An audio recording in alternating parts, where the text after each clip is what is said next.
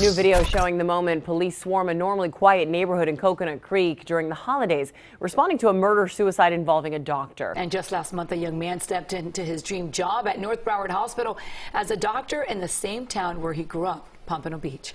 They call him Dr. J.D. In the early hours of January 4th, 2026, neighbors in the quiet Paloma Lakes community of Coconut Creek, Florida, were jolted awake by something no one ever wants to hear: screaming. Then gunshots. Multiple gunshots piercing through the darkness at 4 a.m. What unfolded over the next several hours would leave an entire community asking one devastating question: how did a respected doctor, a man who dedicated his life to saving others, end up taking two lives, including his own? Before we get into this story, if you're new to Mystoracrimes, do me a favor. Hit that like button, drop a comment below telling me what you think about this case. Share this video with someone who loves true crime, and make sure you subscribe and click that bell icon so you never miss when we upload. Trust me, you don't want to miss what's coming. Now let's get into it. Dr. Dominique Foureau wasn't just any doctor. This was a man who represented the American dream in its purest form. Born to Haitian immigrant parents in South Florida, he grew up watching his mother work tirelessly as a nurse. He saw how she impacted lives, how she was respected, how she made a difference. My mother was a nurse. She was a nurse all her career. So I would see how she impacted people, how she impacted families, how she impacted the community, how hard she worked, how respected she was for her work. And I wanted to do something similar. And he wanted to do the same thing. He grew up right there in Pompano Beach and went to Deerfield Beach High School. Just a regular kid with big dreams. But here's what makes his story even more remarkable. Dominique didn't take the easy path.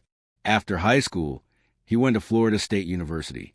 Then he attended the American University of the Caribbean School of Medicine in St. Martin. But get this, during a gap year before medical school, instead of just waiting around, he enlisted in the Army as a medic. He wanted to serve. He wanted to help people. This wasn't just talk for him. This was who he was at his core. By 2021, in the middle of the COVID pandemic, when the world was falling apart, Dominique was on the front lines at Broward Health as a first-year emergency medicine resident. CBS Miami actually featured him in a story called Miami Proud, where he talked about his journey. He told them it was nerve-wracking and overwhelming at first, but being able to help patients during a once-in-a-lifetime pandemic, being able to serve his community, being able to speak Creole to patients who didn't speak English well, that meant everything to him. He said, and I quote, "I'm doing exactly what I wanted to do, and I am doing it exactly where I want to do it." This man was living his dream. He completed his residency in 2024 and became chief resident. He was a battalion surgeon with the Florida Army National Guard. He was 34 years old with his whole future ahead of him. Now, let me tell you about Voludra Petival. Unfortunately, there's not as much public information about her, which honestly makes this whole thing even more tragic. What we do know is that she was 38 years old and a mother. She had a 14-year-old son from a previous relationship, and she shared a 2-year-old son with Dominique. Court records show they weren't married, but they were in a romantic relationship and shared custody of their toddler. Neighbors said the family had moved into the Paloma Lakes community in Coconut Creek relatively recently. Some say just a few months before the incident. Others say about a year. Either way, they were still pretty new to the neighborhood. And here's what's interesting. Neighbors described them as kind. They said Dominique was a traveling doctor and was in the military. They said there weren't any signs of trouble. They had been seen together during the holidays, seemingly happy, seemingly normal. But we all know that what happens behind closed doors can be completely different from what the world sees, right? And this is where things start to get really complicated. Court records revealed that Dominique had filed a paternity case in Broward County before the incident. Now, we don't know all the details of that case or what was going on between them legally, but it tells us something. There were issues, there were disputes. Things weren't as perfect as they might have appeared from the outside. So let's talk about that night. January 3rd, going into January 4th, 2026. Something happened in that home on the 4800 block of Acadian Trail. Around 4 a.m., neighbors heard the couple screaming at each other. Then they heard it. Gunshots. Multiple gunshots, shattering the quiet of the early morning. Immediately, multiple people called 911. Police descended on the scene fast. And I mean fast. Within minutes, there was a massive law enforcement presence surrounding the house. SWAT teams, negotiators, the whole 9 yards. Because at this point, they didn't know exactly what was happening inside. They knew shots had been fired. They knew it was domestic related. But they didn't know the full extent of the horror that had just unfolded. For hours, and I mean hours, police tried everything to get Jean Dominique to come out of that house. Neighbors who were awake and watching this nightmare unfold so they could hear officers repeatedly calling his name. "Can you please get dressed and exit the home?" They would say, over and over. "You're under arrest. Please come outside." They were trying to negotiate. They were trying to end this peacefully. They were trying to save whoever might still be saved inside that house. But there was only silence from inside. No response. No movement. Nothing. The hours dragged on. Can you imagine being those neighbors? Standing outside in the early morning darkness, watching SWAT teams and police officers surrounding a home where just weeks ago you might have waved hello to the family? Knowing something terrible had happened, but not knowing how terrible?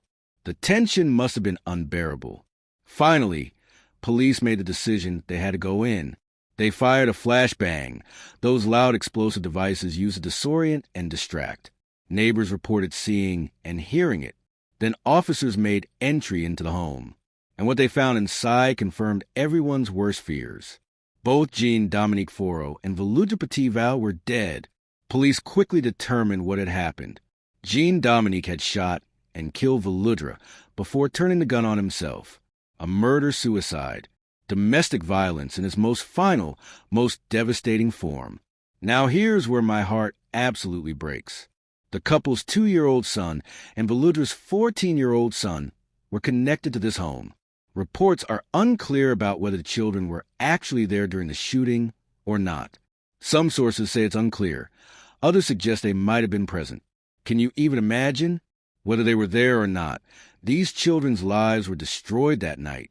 In one horrific moment, they lost their mother, their father figure, their entire world as they knew it. They're now being cared for by other family members, but nothing will ever be the same for them. In the days after, the crime scene remained active. Reporters and neighbors could see shell casings from the police flashbangs scattered around. The front glass door was completely shattered. There appeared to be bullet holes visible in the home. Yellow crime scene tape surrounded the property. It was a stark, horrible reminder of what had happened there. Broward Health, where Jean Dominique had trained and worked, released a statement. They confirmed he had completed his residency training with them in 2024 and had been chief resident, but emphasized he had no affiliation with their organization since then. They were shocked. Everyone was shocked, because this wasn't some random person. This was Dr. Jean Dominique Foureau, a man who had been celebrated, a man who had been featured on the news for his dedication to helping others during a pandemic, a man who spoke about wanting to inspire kids from his old high school to go into medicine. Police spokesperson Scott Lehman confirmed they responded to a domestic-related call and do not expect to make any arrests since all individuals involved are deceased. But that doesn't answer the real questions, does it?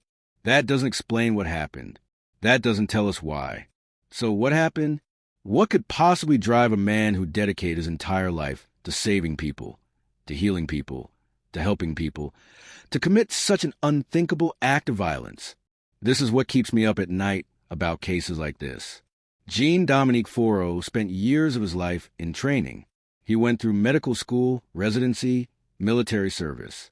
He worked on the front lines during COVID when most people were terrified. He spoke fluent Creole so he could better serve his Haitian community. He talked about wanting to go back to his old high school to inspire the next generation. This was a helper. This was a healer. But somewhere along the way, something went terribly wrong. The paternity case he filed suggests there were custody disputes or legal issues regarding their son. Maybe there were arguments about parenting, about custody arrangements, about their relationship. We know they weren't married, but were romantically involved in sharing a child. That's complicated under the best circumstances.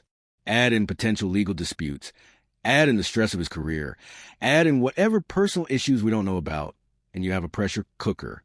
But here's what I want you to understand. Millions of people deal with custody disputes. Millions of people have relationship problems.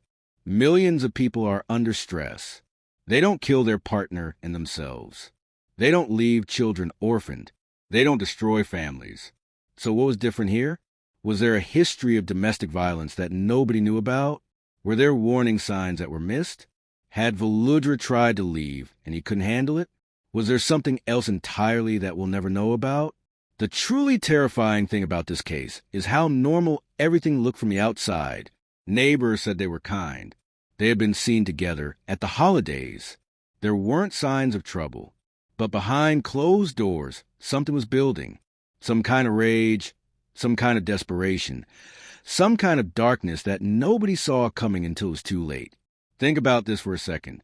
In those final hours when police were outside calling his name, begging him to come out, Jean Dominique knew what he had done. He knew Volodra was dead. He knew his life was over.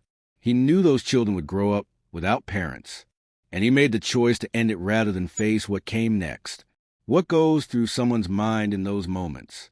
What level of despair, what level of rage, what level of complete psychological breakdown has to happen for someone to make that choice?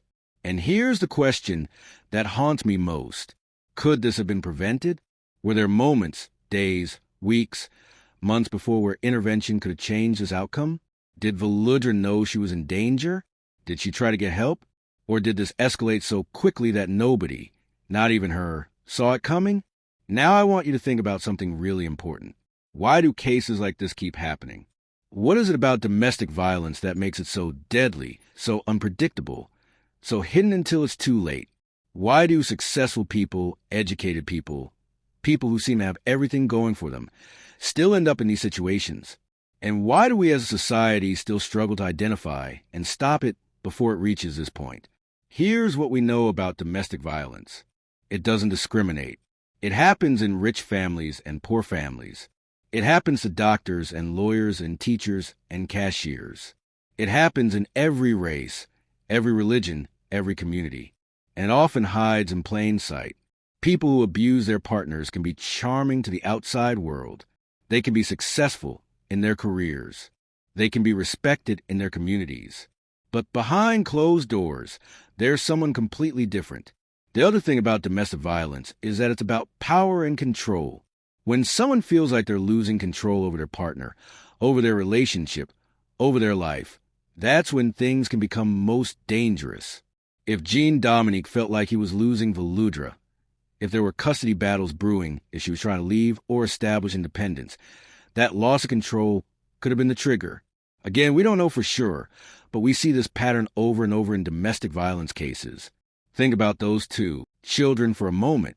The 2-year-old will grow up with almost no memories of his parents. He'll have to be told what happened when he's older. He'll have to live with the knowledge that his father killed his mother and himself. The 14-year-old is old enough to remember everything, old enough to have known his mother, to have known Jean Dominique as a father figure, old enough to potentially have heard or seen things at night if he was there, old enough to have trauma that will last a lifetime. What kind of therapy, what kind of support, what kind of love will it take to help these boys survive this? And even with all of that, will they ever truly be okay? So here are the questions I want to leave you with. How do we spot domestic violence before it turns deadly? What warning signs should we be looking for in our friends, our family members, our neighbors? When someone seems perfect on the outside, but something feels off, do we have the courage to ask questions, to offer help, to intervene? And for anyone watching this who might be in a relationship where they feel controlled, where they feel scared, where they feel trapped, what resources are available and how do we make sure they know about them? If you or someone you know is experiencing domestic violence, please, I'm begging you, reach out for help. Call the National Domestic Violence Hotline at 1-800-799-7233. It's available 24/7. You can also text START to 88788. There are people who want to help. There are ways out. Your life is worth saving. Those children's lives are worth protecting. This case shows us that domestic violence can hide anywhere, even in the life of a doctor who dedicated himself to saving others. It reminds us that we need to look deeper, care more, and never assume that because someone looks successful or happy on the outside that everything is okay behind closed doors. What do you think could have prevented this tragedy? Drop your thoughts in the comments. And if this video opened your eyes to something, hit that share button. You never know who in your life might need to hear this message. Subscribe to Mystoracrimes and click that bell icon, because we're going to keep telling these stories, keep asking these hard questions, and keep trying to understand how we can stop the next tragedy before it happens. Thanks for watching, and remember, sometimes the most dangerous situations are the ones we never see coming.